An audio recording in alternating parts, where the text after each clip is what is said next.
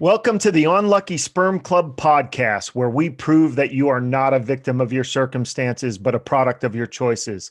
I am your host, Nelson Tressler. This episode is brought to you by I Got Smarter, Goals Elevated. Increase your goal achievement by as much as 95%.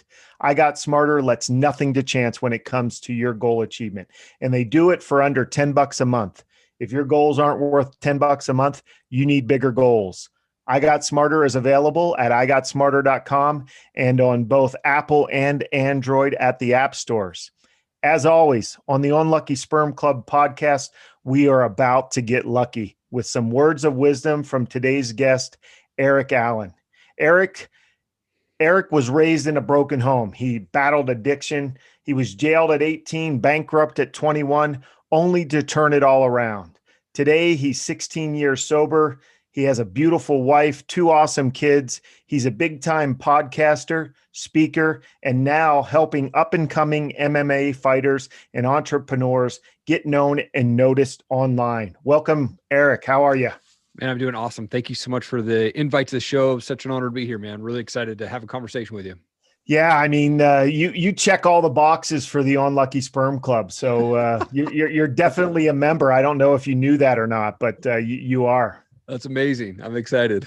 Hey, I like to start off every show by my guests giving me their best piece of advice, their best quote, their best, phrase, philosophy. Do you have one of those that you can share with everybody that'll have them pulling over their car to write it down? I do. And it was given to me by Ed Milet, and he said it many times over. And I think Tony Robbins says something very similar, but life happens for us, not to us. And so no matter where or whatever happened to us, our past doesn't define our future, man. And we can make changes at any point in our life. And so that whole quote that he says, man, life happens for us, not to us. I actually engraved it on a piece of wood. It's here in my office. And that's something that I see every day. Yeah, man, I love that mindset because, just that mindset of thinking that, life, these things are happening for us. They're not happening to us. And when they're happening for us, we're going to take advantage of them just with that little switch of mindset. So absolutely love that. Love that. Well, let's get into your story a little bit. Give me the summary of who Erik Allen is, where you started and where you're at today. Yeah, I grew up in Eastern Washington, had what I thought was the typical household, went to Sunday school, played Little League. My dad would take my best friend Dave and I literally throw us in the back of dumpsters that were behind big stores and say, go find treasure, right? And then my parents got divorced when I was 11, and they immediately both got together with someone else pretty fast. And so my mom's boyfriend at the time was very physically abusive, alcoholic. So I watched her get beat up quite a bit, decided to move us to Montana. Rented a house that had 3 bedrooms, one for them, one for my sister, and one for my brother, who was literally 3 months old. It was their baby together. And they said, Erik, you get to live out in the garage in Montana. Plastic tarp at the foot of my bed, literally separating my bedroom from the truck that was in the garage. And then 13 years old, I had to fight that man off my mom. He was punched her in the face, and I was brushing my teeth one night, and something just told me, like, dude, you got to turn around. And so as I turned around, the way the house was set up was behind me was the kitchen to the pantry room to the garage where I stayed. And he's in there just boom, boom, boom, one after the other. And so I went and grabbed a cast iron pan out of the cupboard behind him, and I swung as hard as I could, and I split the back of his head open. And he turned around, didn't knock him out. And as he was turning around, he was saying, what the? As he said that, I took another swing and split his forehead open. And in that second swing, I swung so hard that I actually fell over, and it did not knock him out. He was standing over me bleeding.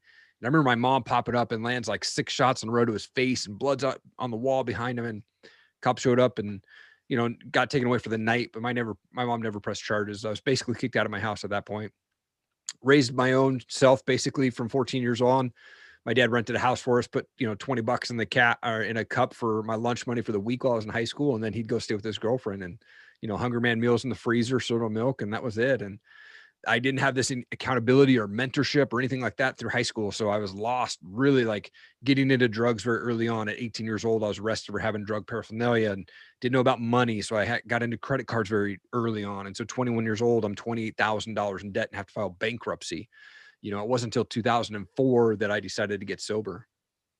Nice. Wow. What an incredible story. So, I mean, we could go in so many directions there, but I mean, as you said here today, you're a long ways away from your upbringing. and you've broken that cycle. Let's talk a little bit about that, because I think a lot of listeners find themselves in that cycle, that culture of the family that they were raised in, and Yeah. it kind of perpetuates and continues. How were you able to break that cycle?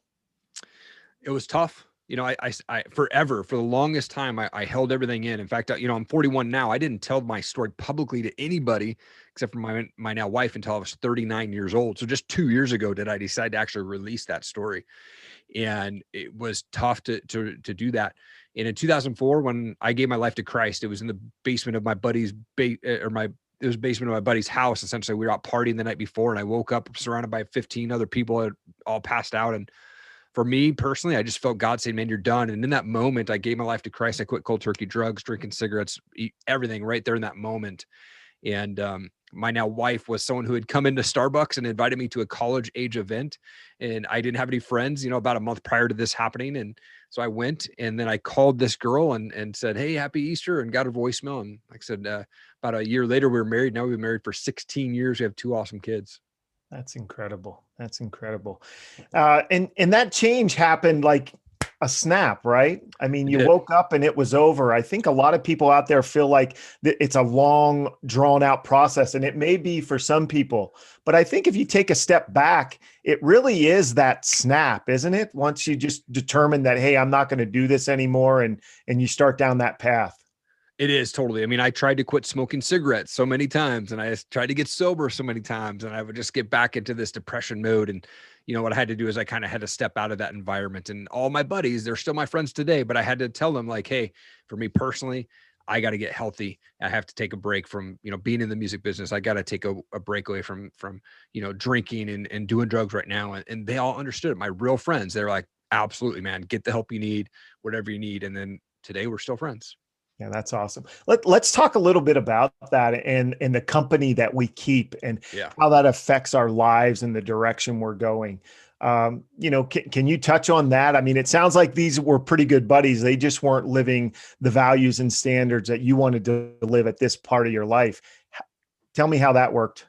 Yeah, what I ended up doing was I replaced all of that partying with hanging around with the guys who knew the Lord and who were pastors of churches and pastors of youth groups and stuff like that. And so I started just really diving into the Word and reading books like massively. I was reading a book a week for probably 3 or 4 months. I mean, I was just deep diving into how to get my life straight, how to walk in God's footsteps and be a follower of Christ and just love on people and not judgmental at all, but just to love people where they're at. And I think, that's the biggest thing is like with Christians, there's so many people that are just, they're judged, right? Like, or they're just judging people. And I'm just not down with that. Like, I want to just love people where they're at. It doesn't matter what their political preferences, sexual preferences, whatever. Like reading through that and reading the Bible, just really my job is just to love people where they're at. And if, God will take care of the rest, right? Or whatever. But for me, I don't want to go that route. So I just started hanging around people that were in what I wanted to be. I wanted to be around people that were in love with Christ and Christ followers and following, the Bible and just loving on people where they're at. And so that's what I did is I just started hanging around massive amount of people and reading massive amounts of books. That's awesome. I love that. And you kind of touched on one of my favorite philosophies, which is addition by subtraction. And, you had a huge addition by subtracting some other things that were taking up space in your life. And we can do this in a lot of different areas of our life. So we can do it with people, which it sounds like you've done. We can also do it with attitudes or ideas. Talk a little bit about that and how you got rid of some things in your life to make room for better things that would come in your life.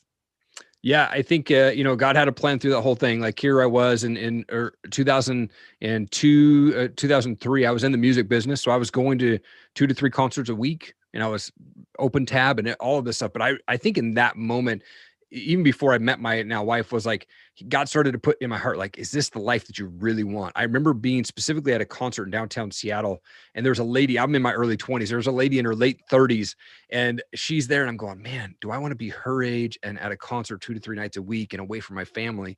And I remember that so strongly. And so, yeah, I mean, I definitely had to take a step back and realize, okay, we got to make some serious changes. And so I started just to replace, going to concerts, going to bars and stuff like that for a little bit. I had to get stronger mentally and spiritually before I could feel comfortable going back into those environments. I love what you touched on there. There was a study done, and they looked for one characteristic that was going to determine whether or not somebody was going to be successful in their life. And that one characteristic was a long-term perspective. And I love how you kind of took that step and you looked and you're like, where am I going to be, in 10 years or 20 years? And I did the same thing in my life and made some decisions based on that.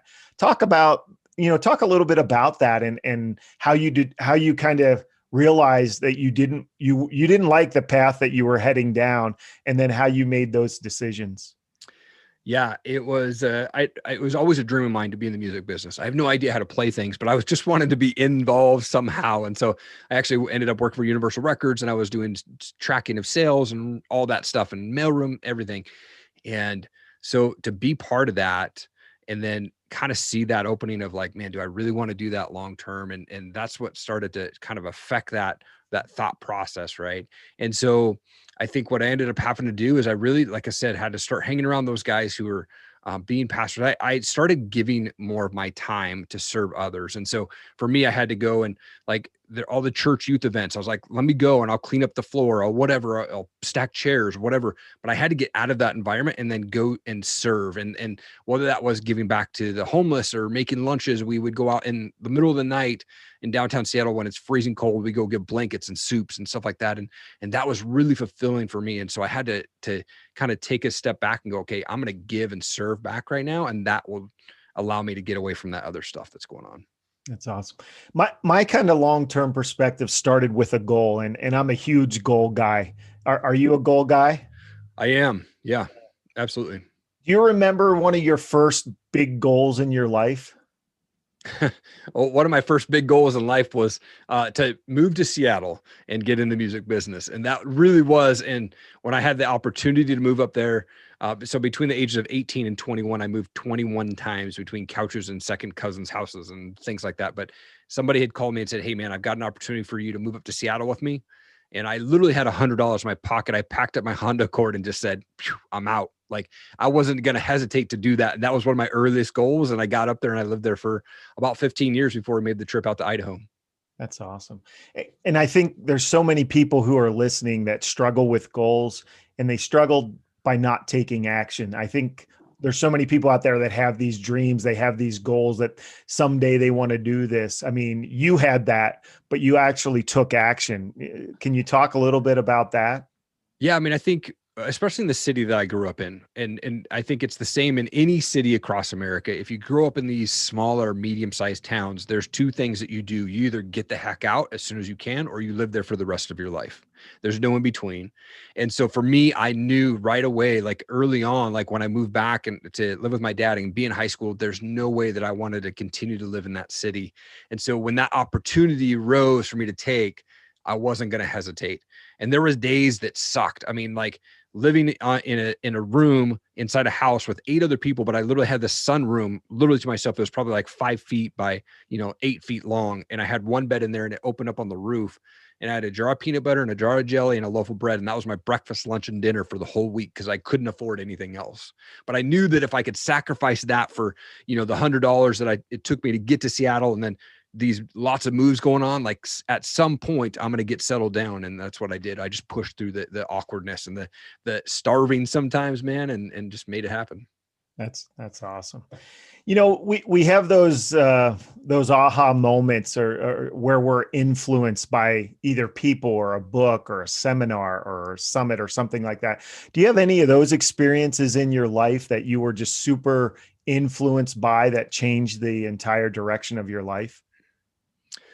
I go back to the day that my wife had invited me to that church event. I was this lost, depressed guy working at Starbucks at night because I'd just gotten laid off from the music business. This was during Napster days, and I was in this like routine where it was like work at night, go to Hollywood Video, rent a video on VHS, get my 6-pack of beer, and go home and drink beer in my ghetto apartment, and then I'd repeat every day.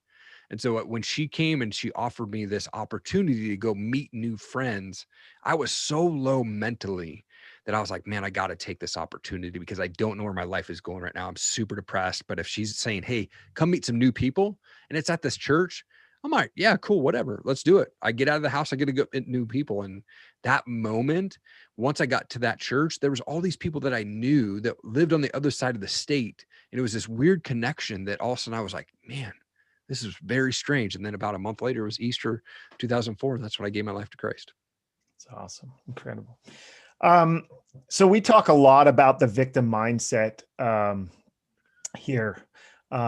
First of all, give me your definition of what the victim mindset is, and then give me your best advice on how people can kind of escape that mindset.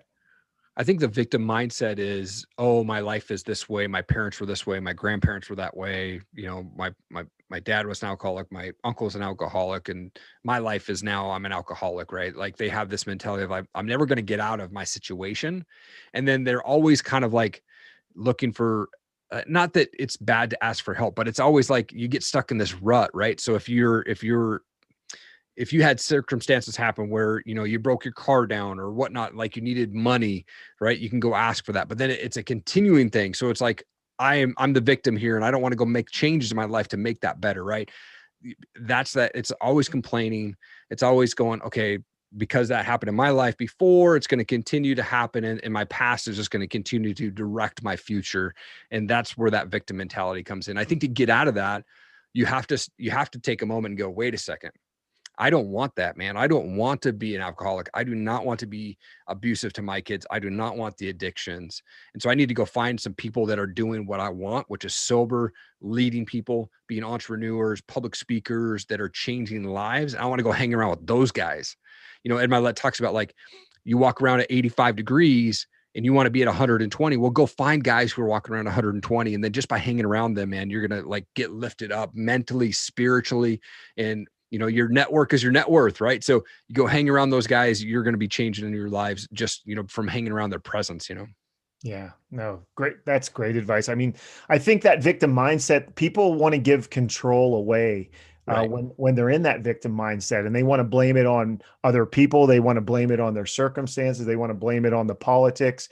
And as soon as you start blaming it on somebody else, the only way that things are going to change is if that person changes or the economy changes or something like that. Yep. And I mean, that's something that it sounds like you got a handle on pretty early in life, and you realize that you were the captain of your ship. Yep. Do you have any other experiences that came into play that kind of led you to where you are today? You know, I think that going through that of the drug addiction, when I had to go to jail when I was 18 years old, I was still in high school. I was a senior in school. And I literally I wrote a note to my dad and said, hey, I'm staying at Danny's house tonight. And he never knew. I literally skipped school that day and drove straight to the Dayton County, Washington jail and checked myself in and got the black and white chain gang outfit on, the bright orange slippers. I was 145 pounds, nervous as heck. Didn't know what I was doing. I brought the Bible with me just because I was like, well, maybe if I bring this, it'll make me a better person or keep me safe. And I mean, I was there for one night and I knew that moment on, I never, ever wanted to go back to that. Never, ever wanted to be back in jail again. And you know what? We have those experiences and that contrast in our lives. And you had that opportunity early on. And fortunately, it wasn't a long-term sentence that was going to, you know, drastically affect your future. Yep. So talk a little bit about contrast. I mean, that's one of the things we talk about it in the Unlucky Sperm Club is we have a lot of contrast because of being members of the club. Talk a little bit of the contrast that you saw in your life and how it helped mold you into the man that you are. Yeah, I mean, I think that growing up in the broken home, growing up around alcohol and abuse and things like that, like I knew exactly what I did not want my marriage to be. I knew exactly what I did not want my life to be like. And, you know, as a kid, we had awesome things going on. Like I had no idea about like that my parents were going to get a divorce or anything like that. Like I just remember like playing out in the yard and playing in the fields and stuff like that. So up until that point, I didn't know any different. But then once that happened and I started to realize what was going on and see that like that abuse and feel that abandonment and rejection, right, for my mom and living in Montana, and hey, you're going to go stay out in this room and it's 10 degrees outside, but you get to stay out there, right? Like I realized at that point, like I never wanted to put my kids through that point, never wanted to put my kids through that experience. And I knew exactly how not to be a parent. And so I was like, I'm going to just do I'm going to do exactly opposite of what I'm seeing as a parent right now. I love that because that was my experience as well. I mean, I didn't have those good, strong role models. Yep. And sometimes in life, you don't know what you want to do or who you want to be, but you know exactly what you don't want to do and exactly who you don't want to be. And sometimes that's good enough. You just start making those decisions that are going to get you as far away from being that or doing that as you can. Yep. And that's been my experience in life as well. As you said here today, I mean, I love goals. What's your biggest goal? Man, it's quite a funny goal, but I literally, like, in my mind, I can already vision it and see it, but the house on the property that's surrounded by trees. And I jokingly would say with my wife, but it's very true. Like if I can't pee off my front porch, then I'm too close to neighbors. Like I want to love people from a very far distance. Yeah. So my goal is to have that property with the house and just have the privacy out there. And so that's what we're going for. That's what I'm shooting for. So what are you doing to accomplish that goal? I mean, what's Erik doing? He has that goal. What's your plan to achieve it? I am up at 4 a.m. 6 days a week, and I focus on editing podcasts, reaching out to potential guests, releasing podcasts, and I'm just getting into public speaking. So I've had two public speaking engagements here in the month of February. And so now opening that door to really just, my goal is to be a guest on 100 podcasts this year in 2021, but also speak from at least 12 physical stages. And so 2 of those are checked off, and we're looking to get at least 10 more for the rest of this year, hopefully more than that. I still work a full-time job. So between 4 and 7 a.m., then that's kind of my time. But then at 8 o'clock, I flip over to my work computer. And so the goal for me at the end of this year, 2021, is hopefully I can walk away from my full-time job. That's awesome. Very, very specific goals. You know exactly what you're trying to do. You know what I love about your answer there is, there's a lot of dreamers out there, and they'll dream of these grander things, which is awesome and incredible.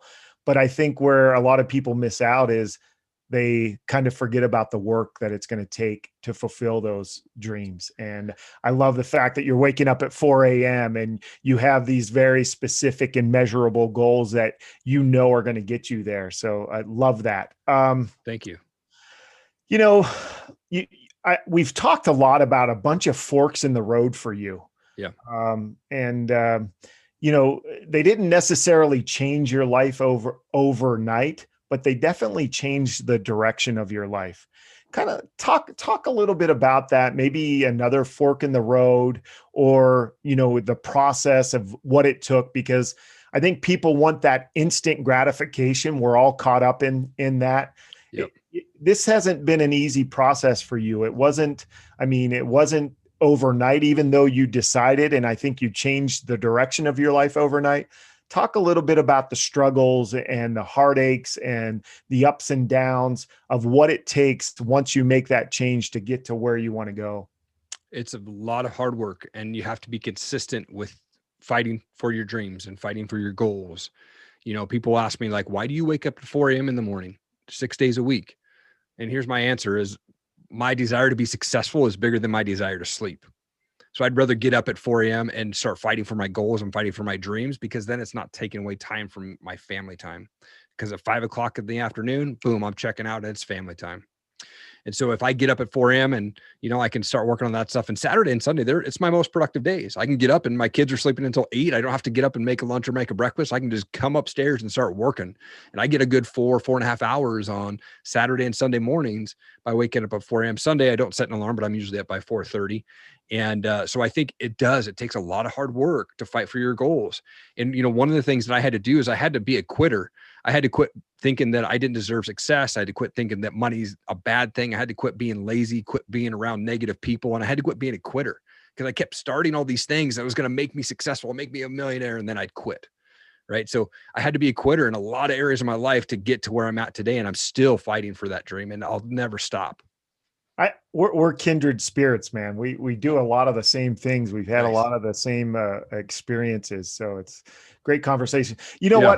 what? I've suffered with that imposter syndrome when I started to have some success in my life because of my background and where I came from, and that's a tough thing to overcome. Totally. And I struggled with that for the longest time. You always have it in the back of your brain, like what's going to happen. The universe is going to come and realize they made a mistake. I shouldn't be successful, man. Yeah. I'm part of the unlucky sperm club.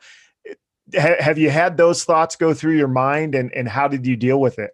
Yeah, I think early on in my like entrepreneurship life, I was like, I was never the guy who would go rent a car and take a photo of me. Like, look, I'm a millionaire. Like, but I always like had this mentality of like, man, like people are gonna find out. Like especially before I shared my story, like people are gonna find out the real me. I'm not an MMA fighter. I have this MMA podcast that does really well, but people are gonna go like, you're not a fighter, so how can you even be involved in the game?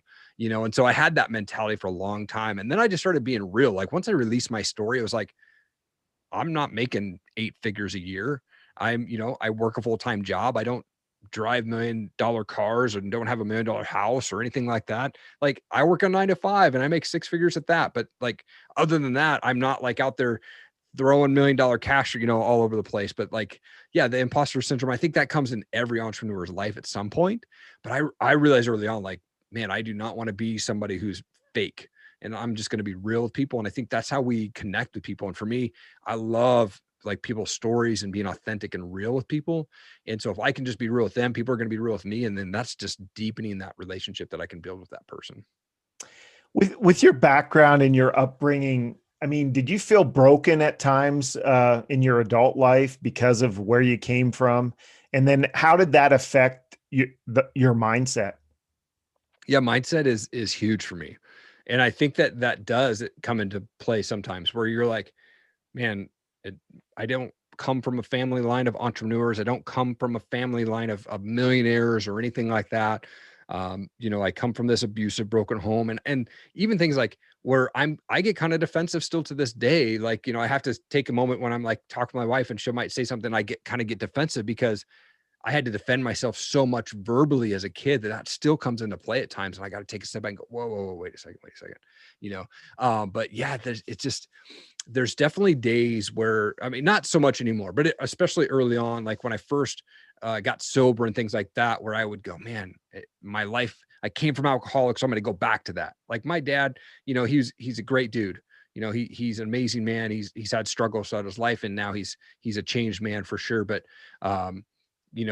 that's one guy that I look up to, and he's like, now he's doing much better than he was, but, for me, it's just being out there and trying to realize that like I gotta make changes, and the past doesn't define my future, man. So I gotta realize that very early on. Love that, man. Let's talk a little bit about your dad, because I had that same experience with my mom. Mm. When people hear my story, they always ask the question, what's your relationship with your mom? I mean, do you hold any resentment towards her for what happened in your youth? And I feel like I'm about the same spot you are. I mean, my mom's my biggest fan. My mom is a totally different person than who she was 30, 40 years ago. How did you overcome maybe having some resentment towards your dad or blaming him for some of the things that happened to your youth? How did you overcome that? And then how has that affected your life by being able to do that? I think the biggest impact on my life happened with my mom and her boyfriend. So not so much my dad. But I'm not very close with my mom, and I'm not close to my siblings either, because they had different childhoods than I did. We lived in the same house. We had very much different lifestyles. We had very much different childhoods. We were treated much differently. And so I'm not very close with my siblings. I'm not very close with my mom. And I mean, I have a text like conversation with my dad every like maybe once a month, or we'll hop on a phone call and talk, right? Um, and then my mom, we kind of do the same thing. Like maybe once a month, I'll talk to her, but I'm not very close, and I'm okay with that. Like I came out to Idaho to get away from the chaos, Yeah. and not to my wife and I, we made a decision early on that we were not going to bring in the abuse and bring in addictions and bring in the D word, divorce, into our marriage. And we had to get away from all the chaos that surrounded us. And we had to start over, and we had to start this new life. So we came to Idaho in 2014. We didn't know anybody. And we said, well, this is the new start. This is the start of the Allen tribe, the Allen legacy that's going to keep going. And it's changed from right now in this moment for on. Do you have any resentment towards that? Are you harboring any of that? Do you need anything going on there?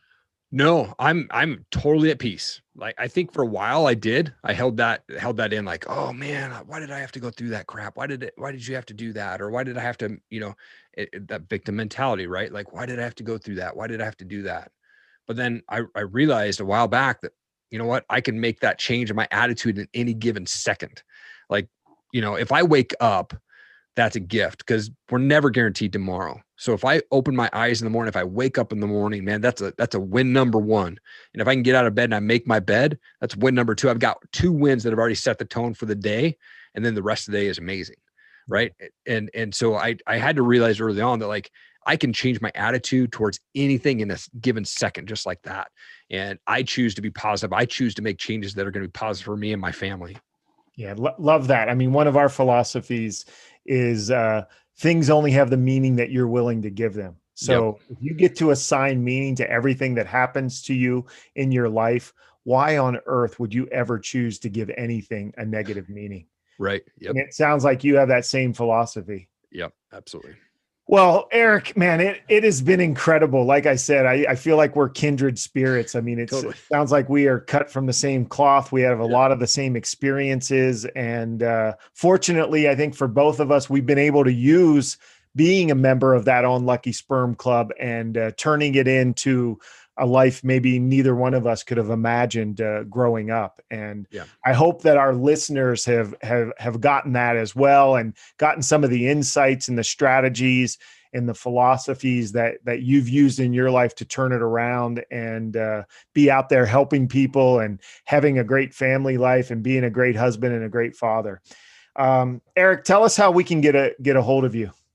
Yeah, best place is erikallenmedia.com. That's my website. You can book me for speaking engagements or booking as a guest on your podcast, or I do video content creation for brands and promo videos and stuff like that. Also, Instagram is kind of my other big favorite. So it's just Erik G. Allen on there. It's ERIK.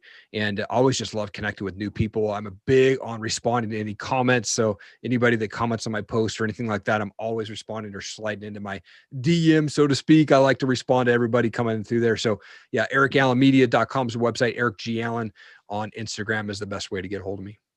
Thanks again, Erik. Thank you. We'd also like to thank our audience and appreciate your support. We'd like to also thank our sponsors, I Got Smarter, Goals Elevated, available at the App Store, and the book, The Unlucky Sperm Club. You are not a victim of your circumstances, but a product of your choices, available at Amazon and Audible. Thanks again, guys. Really appreciate it. Talk to you